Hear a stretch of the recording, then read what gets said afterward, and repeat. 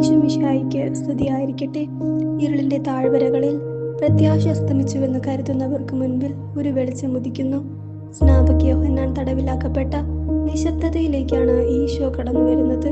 ജീവിതത്തിൽ പ്രതിസന്ധികൾ കനക്കുമ്പോൾ ഇനി എന്ത് എന്ന ചോദ്യത്തിന് മുൻപിൽ പകച്ചു നിൽക്കുന്നവർക്കൊരു പുതുപുലരിയായി അവൻ മാറുന്നു. കടൽ തീരത്ത് തങ്ങളുടെ ഉപജീവനത്തിനായി വല വീശിക്കൊണ്ടിരുന്നവരെയാണ് അവിടുന്ന് വിളിക്കുന്നത്. അവർ ഉടനെ തങ്ങളുടെ വലകൾ ഉപേക്ഷിച്ചു. സുരക്ഷിതത്വത്തിന്റെ പഴയ വലകൾ മുറുകെ പിടിക്കുന്ന നമ്മോട് ഈശോ ഇന്ന് ചോദിക്കുന്നു, എന്നെ അനുഗമിക്കുവാൻ നീ തയ്യാറാണോ? ജീവിതഭാരങ്ങളിൽ തളർന്നു പോകുന്ന നമുക്ക് ഈ വിളി ഒരു പുതിയ ആകാശവും പുതിയ ഭൂമിയും തുറന്നു തരുന്നു. നിന്റെ വിയർപ്പും വേദനയും കാണുന്ന ഒരു ദൈവമുണ്ട്. ആ വെളിച്ചത്തിലേക്ക് നമുക്ക് പിച്ചവയ്ക്കാം. വചനമാകുന്ന അപ്പം നമ്മുടെ പാതകളിൽ വെളിച്ചമാകട്ടെ.